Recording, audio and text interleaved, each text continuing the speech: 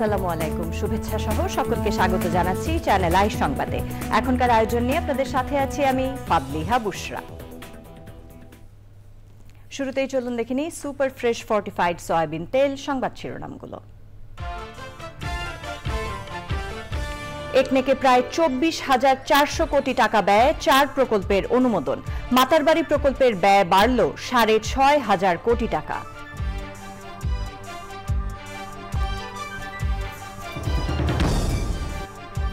সাবের হোসেন চৌধুরীর 5 দিনের রিমান্ড মঞ্জুর। সাবেক মুখ্য সচিব নজিবুর রহমান ও সাবেক স্বরাষ্ট্র সচিব আমিনুল ইসলাম 3 দিনের রিমান্ডে। সারা দেশে 31,500 পূজা মণ্ডপে 3 স্তরের নিরাপত্তা ব্যবস্থা। অনুপস্থিত পুলিশ সদস্যদের বিরুদ্ধে ব্যবস্থার ঘোষণা। সব পক্ষের সঙ্গে বসে গণমাধ্যম সংস্কার কমিশন গঠন করা হবে জানালেন তথ্য উপদেষ্টা। গণমাধ্যমের স্বাধীনতায় কমিশন করার পরিকল্পনা। দেশের উত্তর মধ্যাঞ্চলে বন্যা পরিস্থিতির উন্নতি হলেও নিচু এলাকায় অবনতি। নেত্রকোনায় কংস নদের পানি বেড়ে নতুন এলাকা প্লাবিত। এবং সবুজে সাজায় বাংলাদেশ স্লোগানে সিরাজগঞ্জে প্রকৃতি ও জীবন ক্লাবের বৃক্ষরোপণ। সুস্থ পৃথিবী গড়তে উদ্যোগে বিশিষ্টজনদের সাধুবাদ।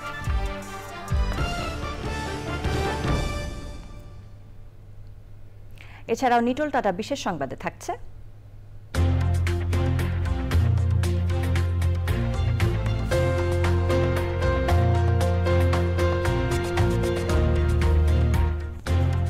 চিকিৎসা বিজ্ঞানে 2 মার্কিন বিজ্ঞানীর নোবেল পুরস্কারে ভূষিত হওয়ার খবর।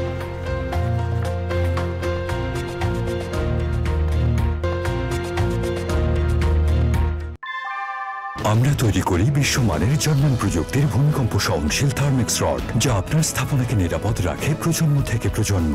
সালাম স্টিল, মোস্ট ডিউরেবল স্টিল। সংবাদ শিরোনামগুলো জানাচ্ছিলাম। এখনকার এই সংবাদ আয়োজন একই সঙ্গে চ্যানেল আই এর ইউটিউব চ্যানেল এবং চ্যানেল আই এর ওটিটি প্ল্যাটফর্ম আই স্ক্রিনে লাইভ স্ট্রিম হচ্ছে। জানাবো বিস্তারিত খবর। 24,412 কোটি 94 লাখ টাকা ব্যয়ে 4টি প্রকল্পের অনুমোদন দিয়েছে জাতীয় অর্থনৈতিক পরিষদের নির্বাহী কমিটি একনেক। সভা শেষে পরিকল্পনা উপদেষ্টা জানান, মাতারবাড়ি সমুদ্রবন্দর উন্নয়নের উদ্যোগ নেওয়া হয়েছে। এটি অন্তর্বর্তী সরকারের কাছে সবচেয়ে বড় প্রকল্প। এই উন্নয়ন প্রকল্পের নতুন করে ব্যয় বেড়েছে 6,573 কোটি 96 লাখ টাকা। আরও জানাচ্ছেন সাদি মাহমুদ। 2024-25 অর্থ বছরে অন্তর্বর্তী সরকারের দ্বিতীয় একনেক সভা। প্রধান উপদেষ্টার কার্যালয়ে অনুষ্ঠিত সভায় সভাপতিত্ব করেন প্রধান উপদেষ্টা ড. মোহাম্মদ ইউনূস। বৈঠকে 4টি প্রকল্পের অনুমোদন দেওয়া হয়। মোট প্রকল্প ব্যয় ধরা হয়েছে 24,404 কোটি 94 লাখ টাকা। সভা শেষে সংবাদ সম্মেলনে 4 প্রকল্পের বিস্তারিত তুলে ধরেন পরিকল্পনা উপদেষ্টা। জানান, ঢাকা রংপুর মহাসড়ক নির্মাণ প্রকল্পে ব্যয় বেড়েছে 376 কোটি 99 লাখ টাকা। আর মাতারবাড়ি গভীর সমুদ্র বন্দর উন্নয়ন প্রকল্পের ব্যয় বেড়েছে 6,573 কোটি 96 লাখ টাকা। মাতারবাড়িতে যেহেতু একটা যেটি হয়েই গেছে, মাতারবাড়িতে একটা গভীর সমুদ্র বন্দর করার প্রকল্প, এটা আমরা বিবেচনা করেছি। এটা একটা বড় প্রকল্প। অনেক দিন ধরে চীন করবে না ভারত করবে নিয়ে বহু টানাপোড়েন চলছিল, কোনো কিছুই হচ্ছিল না। এটা যে কারণে বললাম, একটা ভূরাজনৈতিক তাৎপর্যপূর্ণ একটা বড় প্রকল্প। এবং আমরা ভাবলাম যে জাপান কিন্তু একটা দেশ যেটা অত্যন্ত, আমি আগেই বলেছি, খুব সহজ শর্তে ঋণ দেয়। জাপানি প্রকল্পে দেশীয় ঠিকাদার দুর্নীতি করেছে এমন কোনো প্রমাণ আমিও কখনো শুনিনি। প্রকল্প ব্যয় কমলে অর্থনৈতিক কার্যক্রমে ভাটা পড়ে উল্লেখ করে পরিকল্পনা উপদেষ্টা বলেন, অপরাজনীতির অপচয়গুলো এখনও আছে। বিদেশি অর্থায়ন হলেও সহজ শর্তে ঋণ নিয়ে এগোচ্ছে সরকার বলে উল্লেখ করেন তিনি। যখন প্রকল্পের বলা হয় যে আর অর্থ ব্যয় না করে শুধু সময় বাড়ালেই হবে, বরাদ্দ বৃদ্ধি না করে, এখানে যদি আগে থেকেই বরাদ্দ বৃদ্ধি হয়ে থাকে, তাহলে তো সেখানেও অপচয়ের একটা সুযোগ আছে। কাজে সেই সব প্রকল্পগুলো আমরা যখন ছাড় দিচ্ছি, আমরা বলছি যে আসলেই কি অত ব্যয় দরকার, যেমন কতগুলো নির্মাণ প্রকল্প আছে, স্বাস্থ্যকেন্দ্র আছে, শিক্ষা প্রতিষ্ঠান আছে। এগুলো বলা হচ্ছে যে বাড়তি ব্যয় না করে শুধু সময় বাড়ানো। এই সময় বাড়ানো কিন্তু দ্বিতীয়বার, তৃতীয়বার, চতুর্থবার, অধিকাংশ ক্ষেত্রেই চতুর্থবার এই প্রকল্পগুলোর সময় বাড়ানো হয়েছে। সরকারি প্রকল্পের কাজগুলোতে এখন পর্যন্ত কতগুলো গাড়ি আছে, সেগুলো কি অবস্থায় আছে তা খতিয়ে দেখা হবে বলেও উল্লেখ করেন পরিকল্পনা উপদেষ্টা। Sadi Mahmud, channel I, Dhaka. পল্টনে বিএনপি কর্মী মকবুল হত্যা মামলায় সাবেক মন্ত্রী ও আওয়ামী লীগ নেতা সাবের হোসেন চৌধুরীকে 5 দিনের রিমান্ডে নিয়েছে পুলিশ।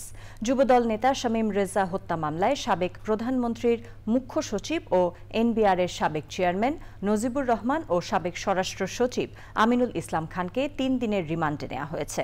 বিস্তারিত জানাচ্ছেন পরাগ আজিম। গণ অভ্যুত্থানে পতনের আগে আওয়ামী লীগ সরকারের পরিবেশ, বন ও জলবায়ু পরিবর্তন বিষয়ক মন্ত্রী ছিলেন সাবের হোসেন চৌধুরী। 2022 সালের ডিসেম্বরে ঢাকার পল্টনে বিএনপি কর্মী মকবুল হত্যা মামলায় তাকে গ্রেফতার দেখিয়ে বিকেলে সিএমএম আদালতে তোলা হয়। ওই সময় আদালত চত্বরে বিক্ষোভ দেখাতে থাকেন বিএনপি সমর্থক আইনজীবী ও সাধারণ মানুষ। মামলার তদন্তের স্বার্থে তাকে 10 দিনের রিমান্ডে নেওয়ার আবেদন করলে আদালত 5 দিনের রিমান্ড মঞ্জুর করেন। মকবুল হত্যা মামলা, এটা বিএনপি অফিসের সামনে, যে আপনারা জানেন যে 10 ডিসেম্বর যে আমাদের সমাবেশ ছিল, ওই সমাবেশকে কেন্দ্র করে 7 তারিখে সেখানে সাবরেশন নেতৃত্বে এবং তার এলাকার যুবলীগ ছাত্রলীগের নেতৃত্বে বিএনপি অফিসে হামলা করে, তছনছ করে এবং সেখানে নিচে বোম মারে এবং বিভিন্ন ধরনের ককটেল বিস্ফোরণ করে, সেখানে গুলি ছোড়ে। সেখানে একজন বিএনপির কর্মী মকবুল আহমেদ নিহত হয়। একই সঙ্গে আদালতে তোলা হয় সাবেক প্রধানমন্ত্রীর মুখ্য সচিব ও এনবিআরের সাবেক চেয়ারম্যান নজিবুর রহমান এবং স্বরাষ্ট্র মন্ত্রণালয়ের জননিরাপত্তা বিভাগের সাবেক সচিব আমিনুল ইসলাম খানকে। যুবদল নেতা শামীম রেজা হত্যা মামলায় তাদের 10 দিন করে রিমান্ডে নেওয়ার আবেদন করে পুলিশ। 10 তারিখে বিএনপি যে সমাবেশ হয়েছিল, এই সমাবেশের সময় প্রধান বিচারপতির কার্যালয়ের সামনে যুবলীগ এবং ছাত্রলীগ অতর্কিতভাবে আক্রমণ করে। সেই আক্রমণে সেখানে শামীম নামে একজন যুবদল নেতা নিহত হয়। এই হত্যার সঙ্গে প্রাথমিকভাবে তদন্তকারী কর্মকর্তা যারা মোহাম্মদ আমিনুল ইসলাম খান এবং নজিবুর রহমানের তাদের জড়িত থাকার বিষয়টি নিশ্চিত হন। শুনানির পর সেনা সদস্য ও পুলিশের কড়া পাহারায় আসামিদের রিমান্ডের জন্য নিয়ে যাওয়া হয়। ওই সময়ও বিক্ষোভ দেখায় আইনজীবী সহ সাধারণ মানুষ। পরাগ আজিম, চ্যানেল আই, ঢাকা। আমলাতন্ত্র ও রাজনৈতিক চক্রের হাতে জিম্মি থাকায় যথাযথ ভূমিকা রাখতে পারেনি দুর্নীতি দমন কমিশন দুদক। তাই দুদকের নিয়োগ প্রক্রিয়া স্বচ্ছ ও দলীয় প্রভাবমুক্ত নিয়োগ প্রক্রিয়া সহ সংস্থার স্বাধীনতা নিশ্চিতে সুপারিশ করবে দুদক সংস্কার কমিশন। কমিশনের প্রধান মনে করেন দুদককে পুরোপুরি ঢেলে সাজানো উচিত। নাজিব বেগের রিপোর্ট। অন্তর্বর্তী সরকারের সংস্কার কার্যক্রমের অংশ হিসেবে গঠিত দুদক সংস্কার কমিশনের প্রথম সভা শেষে গণমাধ্যমের সামনে নিজেদের পরিকল্পনা তুলে ধরেন কমিশন প্রধান ডক্টর ইফতিকারুজ্জামান। তার অভিযোগ, অতীতে ক্ষমতাসীনদের বিরুদ্ধে কোনো ব্যবস্থা নিতে দেখা যায়নি দুদককে, সুরক্ষা দেওয়া হয়েছে আমলাদেরও। যারা ক্ষমতায় থাকেন তাদের দুর্নীতির অভিযোগের ক্ষেত্রে দুদক কোনো পদক্ষেপ নেওয়ার মতো দুদকের সংস্কৃতি ডেভেলপ করতে পারেনি, কোনো দৃষ্টান্ত স্থাপন করতে পারেনি। দুদক এক ধরনের আমলাতন্ত্রের হাতে জিম্মি এবং আমলারা যখন দুদকে আসেন তখন একটা প্রত্যাশা হতে পারে যে এটা দুদকের মিশন তারা ধারণ করবেন, কিন্তু আসলে তাদের আনুগত্য কিন্তু আমলাতন্ত্রের প্রতি থাকে, যে কারণে তারা আমলাতন্ত্রকে দুদকের অভিযোগ থেকে সুরক্ষা দেয়। স্বাধীনতা ও নিরপেক্ষতা নিশ্চিতে দুদকের আইন ও বিধিমালা পর্যালোচনা করবে কমিশন, সুপারিশ করবে নিরপেক্ষ লোকবল নিয়োগের। দুদকের নিয়োগ প্রক্রিয়া থেকে শুরু করে পুরো বিষয়টি যেন বস্তুনিষ্ঠ হয় এবং এমনভাবে হয় যাতে করে দলীয় প্রভাব মুক্ত হয়ে দুদক যে কার্যকরতার শিকার হয়েছে সেটি যেন পুনরাবৃত্তি না হয়, এটি নিশ্চিত করার জন্য আমরা পরামর্শ দেব, সুপারিশ দেব। আগামী 31 ডিসেম্বরের মধ্যে দুদক সংস্কার কমিশন চূড়ান্ত প্রতিবেদন জমা দেবে। নাজিব বেগ, চ্যানেল আই, ঢাকা। শারদীয় দুর্গাপূজা ঘিরে সারা দেশে প্রায় 31,500 পূজা মণ্ডপে 3 স্তরের নিরাপত্তা ব্যবস্থা নেওয়া হয়েছে। ঢাকেশ্বরী জাতীয় মন্দিরে দুর্গাপূজার প্রস্তুতি পরিদর্শন করে পুলিশের মহাপরিদর্শক মাইনুল ইসলাম বলেছেন, নাশকতা সহ যে কোনো অপ্রীতিকর ঘটনা এড়াতে সতর্ক অবস্থানে রয়েছে আইনশৃঙ্খলা রক্ষাকারী বাহিনী। পুলিশ বাহিনীর যে সদস্যরা এখনও অনুপস্থিত তাদের বিরুদ্ধে ব্যবস্থা নেওয়া হবে বলে জানিয়েছেন তিনি। রিয়াজ ইসলামের রিপোর্ট। সনাতন ধর্মাবলম্বীদের সবচেয়ে বড় উৎসব শারদীয় দুর্গাপূজা। শেখ হাসিনা সরকারের পতনের পর এবারের উদযাপন ঘিরে নিরাপত্তা ইস্যুতে উঠছে নানা প্রশ্ন। পূজা মণ্ডপের নিরাপত্তা ব্যবস্থা দেখতে ঢাকেশ্বরী জাতীয় মন্দির পরিদর্শন করেন পুলিশ প্রধান। দুর্গাপূজা ঘিরে নিরাপত্তা ব্যবস্থার কথা তুলে ধরেন তিনি। পূজার আগে সেই ব্যবস্থার ক্ষেত্রে আমরা প্রতিটি জায়গায় টহল বাড়িয়েছি। নিরাপত্তা ব্যবস্থার জন্য অন্যান্য যে সিকিউরিটি এলিমেন্ট স্কেলেটন আকারে মোতায়েন হয়েছে। গুরুত্বপূর্ণ পূজা মণ্ডপগুলিতে ইতিমধ্যে আনসার ভিডিপি মোতায়েন হয়েছে।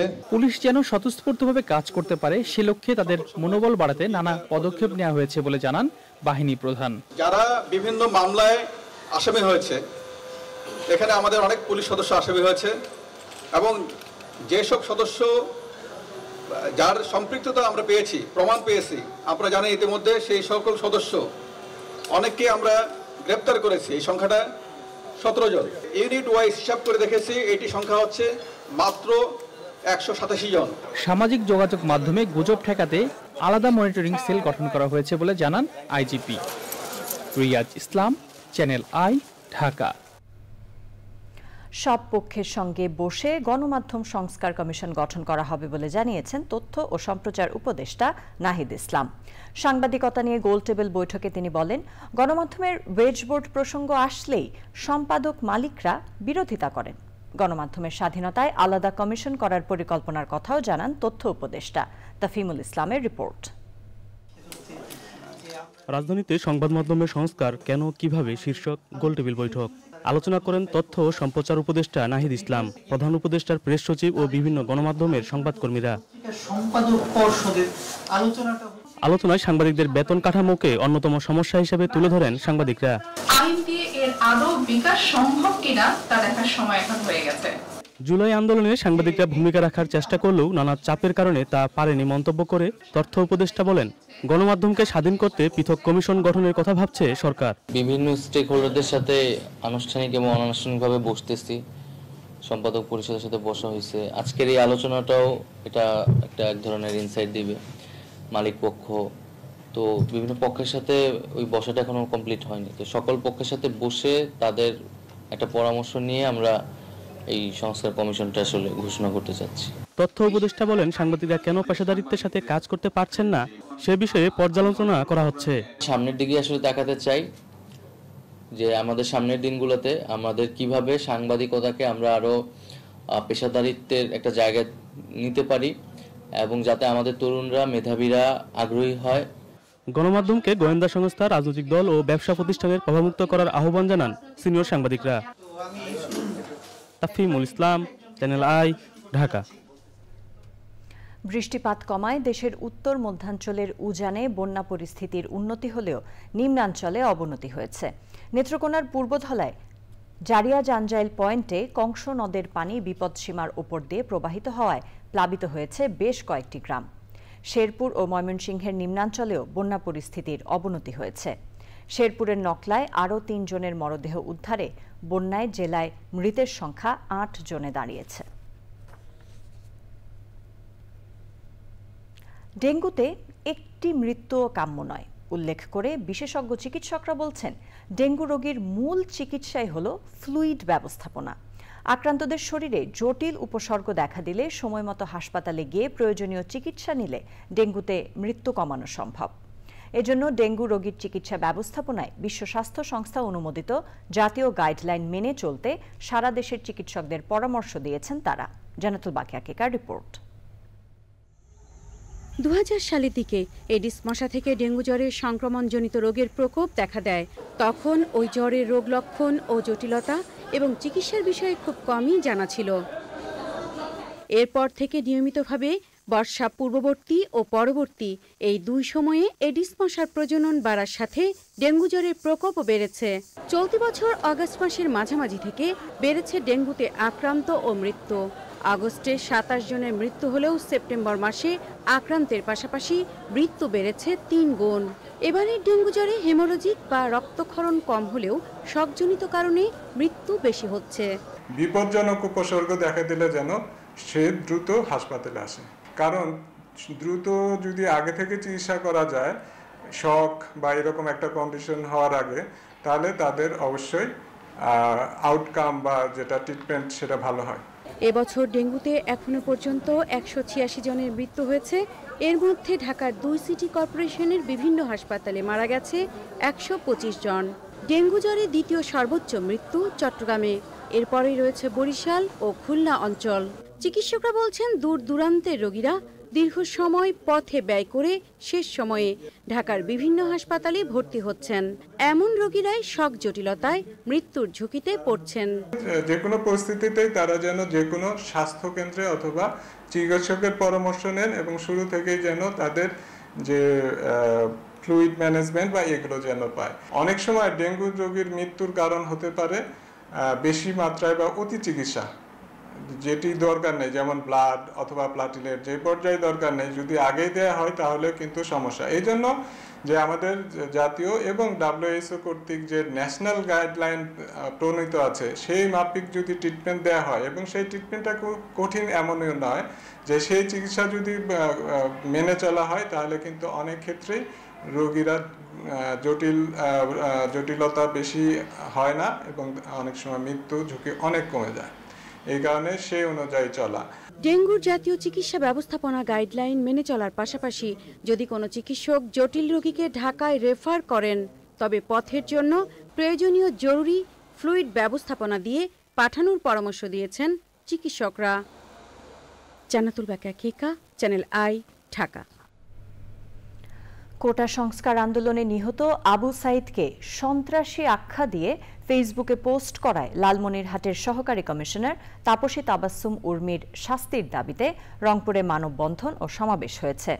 বেগম রোকেয়া বিশ্ববিদ্যালয়ের শহীদ আবু সাইদ গেটের সামনে সমাবেশের শিক্ষার্থীরা তাপসী তাবাসসুমের বিরুদ্ধে আবু সাইদকে নিয়ে অবমাননাকর মন্তব্য, ফেসবুকে বিভ্রান্তিকর তথ্য ছড়ানো ও সরকার প্রধান ডক্টর মোহাম্মদ ইউনুসকে নিয়ে আপত্তিকর বক্তব্য দেওয়ার অভিযোগ এনে চাকরি থেকে অব্যাহতি দেওয়ার দাবি জানান।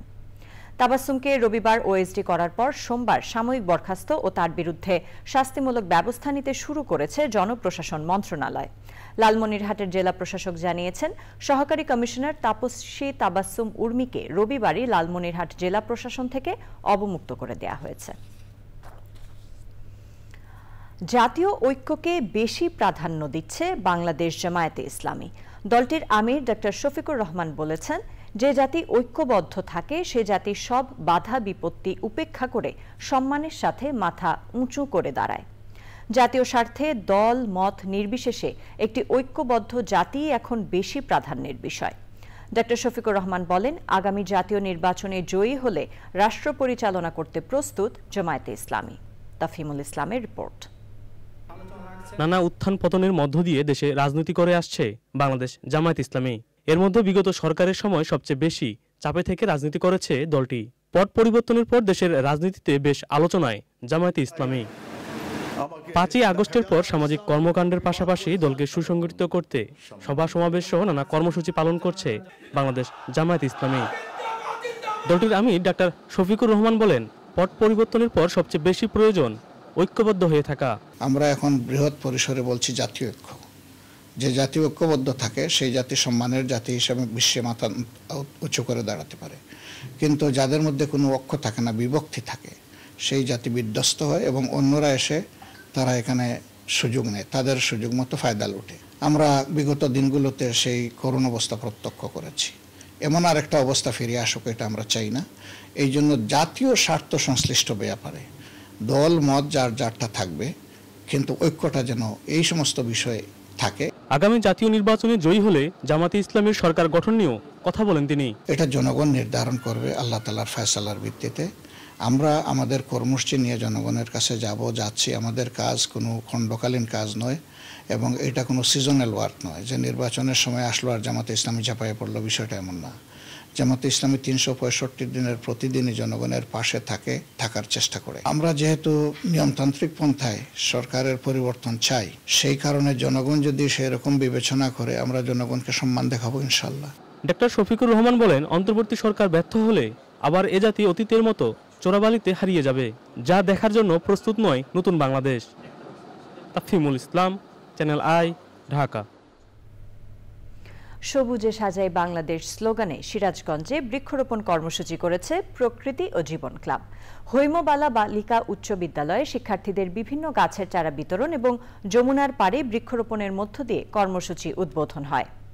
সুস্থ পৃথিবী গড়তে এমন উদ্যোগে সাধুবাদ বিশিষ্টজনদের।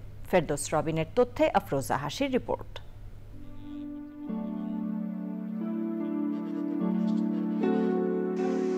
পরিবেশের ভারসাম্য রক্ষা এবং দূষণমুক্ত সবুজ পৃথিবী গড়তে সারা দেশে বৃক্ষরোপণ করছে প্রকৃতি ও জীবন ক্লাব। এরই অংশ হিসেবে সিরাজগঞ্জ সদরের বিভিন্ন শিক্ষা প্রতিষ্ঠান ও যমুনার পাড়ে বৃক্ষরোপণ। সবুজে সাজাই বাংলাদেশ এই প্রতিপাদ্যে সিরাজগঞ্জে হৈমবালা উচ্চ বালিকা বিদ্যালয়ে বৃক্ষরোপণ কর্মসূচি পালন করা হয়েছে। এখানে এই বৃক্ষরোপণের মাধ্যমে মূল উদ্দেশ্যই ছিল যে আমাদের যে কার্বন নিঃসরণ তাকে কমানো, উষ্ণতাকে কমানো এবং অক্সিজেনের পরিমাণ বাড়ানো। যমুনা নদীর পার ঘেরেও বৃক্ষরোপণ করা হয়েছে এখানে।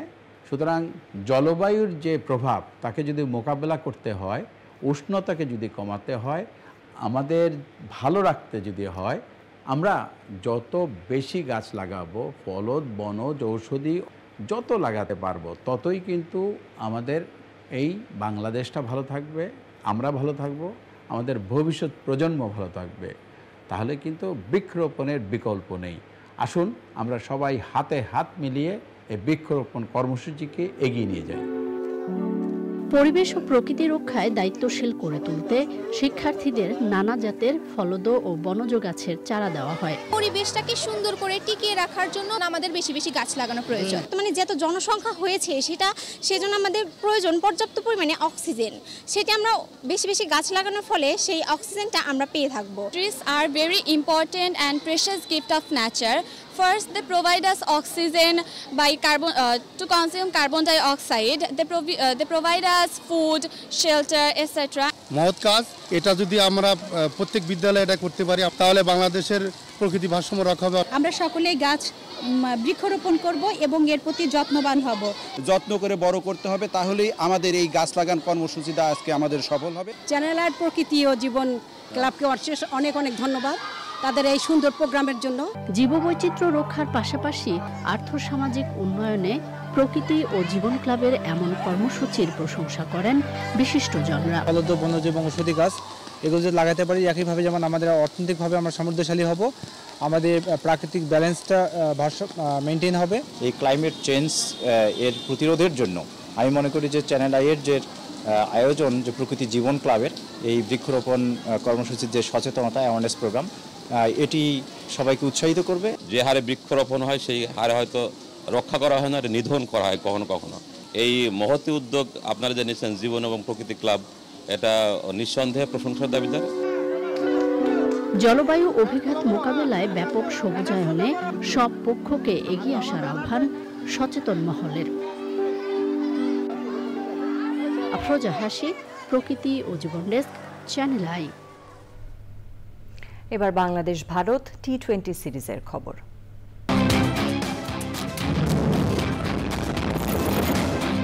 বিরতির পর জানিয়ে ফিরব। বিরতির পর আবারও আমন্ত্রণ। ফিলিস্তিনের গাজার দেইর আল বালা এলাকায় আল আকসা মার্টিয়ার্স হাসপাতাল প্রাঙ্গণে বিমান হামলা চালিয়েছে ইসরায়েল। এ হামলায় 11 জন আহত হয়েছেন। ইসরায়েলি সামরিক বাহিনীর দাবি, ওই হাসপাতালটি যুদ্ধ পরিচালনার ঘাঁটি হিসেবে ব্যবহার করে আসছে হামাস। হাসপাতালটি হামাসের নিয়ন্ত্রণে পরিচালিত হচ্ছিল, তাই সেখানে যুদ্ধবিমান থেকে বোমা ফেলা হয়েছে। তবে এসব অভিযোগের পক্ষে কোনো তথ্য প্রমাণ হাজির করা হয়নি। ইসরায়েলে হামাসের হামলার 1 বছর পূর্ণ হলো আজ। গত 1 বছরে ইসরায়েলি হামলায় 41,881 জন ফিলিস্তিনি নিহত হয়েছে। আইস্ক্রিন সাংস্কৃতিক সংবাদ।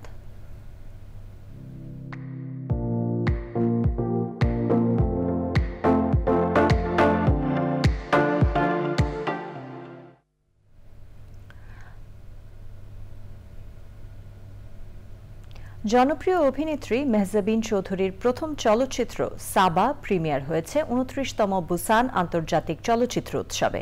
মাকসুদ হোসেন পরিচালিত সাবা বুসানের আ উইন্ডো অন এশিয়ান সিনেমা বিভাগে প্রদর্শিত হয়েছে। গত 6 অক্টোবর বাংলাদেশ সময় বিকেল 5:30টায় লটে সিনেমা সেন্টাম সিটি 7-এ আবারও দেখানো হয় ছবিটি।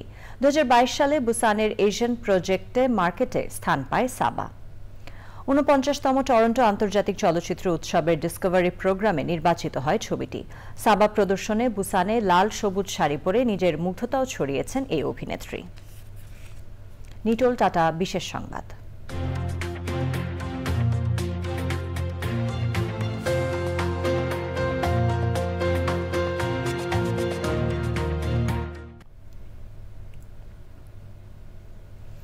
চিকিৎসা শাস্ত্রে নোবেল বিজয়ীর নাম ঘোষণার মধ্য দিয়ে শুরু হলো এবছরের নোবেল পুরস্কারের মৌসুম। চিকিৎসা শাস্ত্রে অনবদ্য অবদানের জন্য 2024 সালে নোবেল পুরস্কারে ভূষিত হলেন ভিক্টর অ্যামব্রোস ও গ্যারি রুফকোন। সোমবার এই দুই নোবেল বিজয়ীর নাম ঘোষণা করে Royal Swedish Academy of science.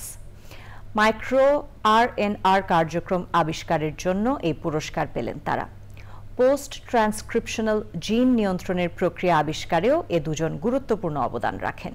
পুরস্কার হিসেবে 1,10,00,000 ক্রোনো বা 12,74,00,000 টাকা পাচ্ছেন ভিক্টর অ্যামব্রোস ও গ্যারি রুফকোন। পুরস্কারের অর্থ নিজেদের মধ্যে ভাগ করে নেবেন এই দুই মার্কিন চিকিৎসাবিদ। প্রতি বছরের মতো এবারও 6টি বিভাগে এই পুরস্কার দেয়া হয়। কৃষি সংবাদ এবার।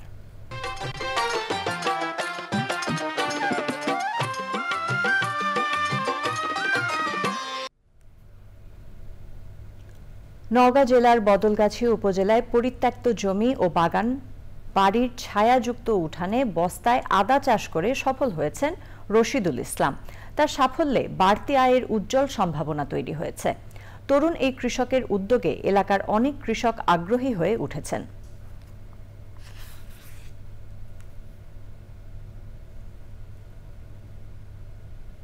এবার রয়েছে প্রকৃতি সংবাদ।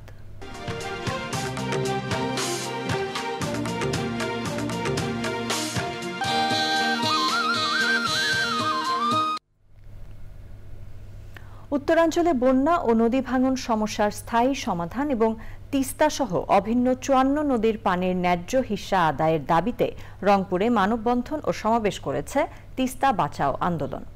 নগরীর কাচারীবাজারে সংগঠনের আহ্বায়ক অ্যাডভোকেট পলাশ কান্তি নাগের সভাপতিত্বে এতে বক্তৃতা করেন তিস্তা পাড়ের ক্ষতিগ্রস্ত মানুষ। এ সময় বক্তারা বলেন, ভারত শুষ্ক মৌসুমে পানি প্রত্যাহার করে তিস্তাকে মরুময় করে তোলে। অপরদিকে বর্ষায় তিস্তার পানি ছেড়ে দিয়ে দেশের প্রাণ প্রকৃতি ধ্বংস করে চলেছে।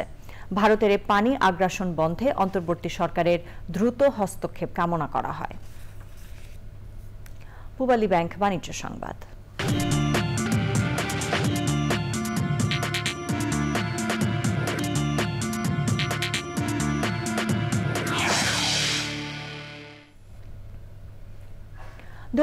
সালের একই সময়ের তুলনায় গত অগস্টে আকাশপথে বিশ্বব্যাপী যাত্রী বেড়েছে 8.6%। ইন্টারন্যাশনাল এয়ার ট্রান্সপোর্ট অ্যাসোসিয়েশনের প্রতিবেদন অনুসারে এ সময় আন্তর্জাতিক ভ্রমণ চাহিদা বেড়েছে 10.6% এবং অভ্যন্তরীণ ক্ষেত্রে 5.6%। এছাড়া অগস্টে আকাশপথে কার্গো পরিবহনও গত বছরের তুলনায় 11.4% বেশি। সংবাদে আবারও সময় হয়ে গেল একটি বিরতি নেবার। বিরতির পর জানিয়ে ফিরব। বিরতির পর সাথে থাকার জন্য ধন্যবাদ সবাইকে। ফিরে এলাম খেলার খবর নিয়ে। 18 অক্টোবর আপত্তি শুনানি শেষে 20 অক্টোবর চূড়ান্ত প্রার্থী তালিকা প্রকাশ করবে নির্বাচন কমিশন। সভাপতি পদে 1 লাখ, সিনিয়র সহ সভাপতি পদে 75,000, সহ সভাপতি পদে 50,000 এবং সদস্য পদে মনোনয়নপত্রের মূল্য নির্ধারণ করা হয়েছে 25,000 টাকা। সকালে বফুফে ভবনে তফসিল ঘোষণা করেন প্রধান নির্বাচন কমিশনার মেজবাহ উদ্দিন আহমেদ। এর আগে 5 বার নির্বাচন কমিশনারের দায়িত্ব পালন করেছেন তিনি। এবার তার সহকারী হিসেবে আছেন AKM এহসানুর রহমান এবং সুরাইয়া আক্তার জাহান। 9, 10, 12 এই 3 দিন ফর্ম নিয়ে যাবে। প্রতিদিন সকাল 10টা থেকে বিকেল 5টা পর্যন্ত বাফুফে সচিবালয় ফর্ম দেবে। ভোটার তালিকা তৈরি করবে সংগঠন এক্সিকিউটিভ কমিটি। যেহেতু তারা করবে, আপিল শুনলেও তারা শুনবে, কোনো বিরোধ থাকলে সেটাও তারা নিষ্পত্তি করবে। এখানে আমাদের কোনো বলার বা কোনো শোনার কোনো এখতিয়ার নেই। এরই সাথে আয়োজনের শেষ পর্যায়ে আমরা, তবে যাবার আগে সুপার ফ্রেশ ফর্টিফাইড সয়াবিন তেল সংবাদ শিরোনামগুলো জানিয়ে দিচ্ছি আরো একবার। একনেকে প্রায় 24,400 কোটি টাকা ব্যয়ে 4 প্রকল্পের অনুমোদন। মাতারবাড়ি প্রকল্পের ব্যয় বাড়ল 6,500 কোটি টাকা।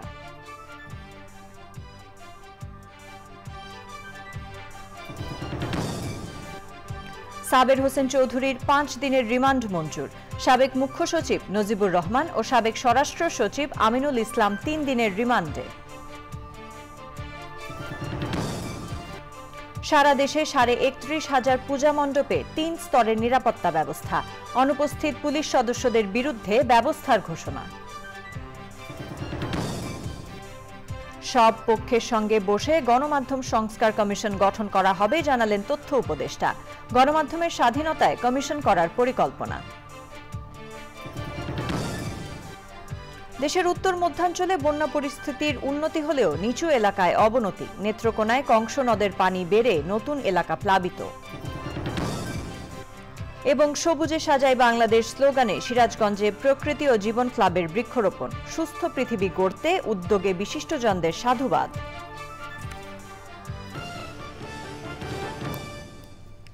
জানিয়ে শেষ করছি। ধন্যবাদ সবাইকে।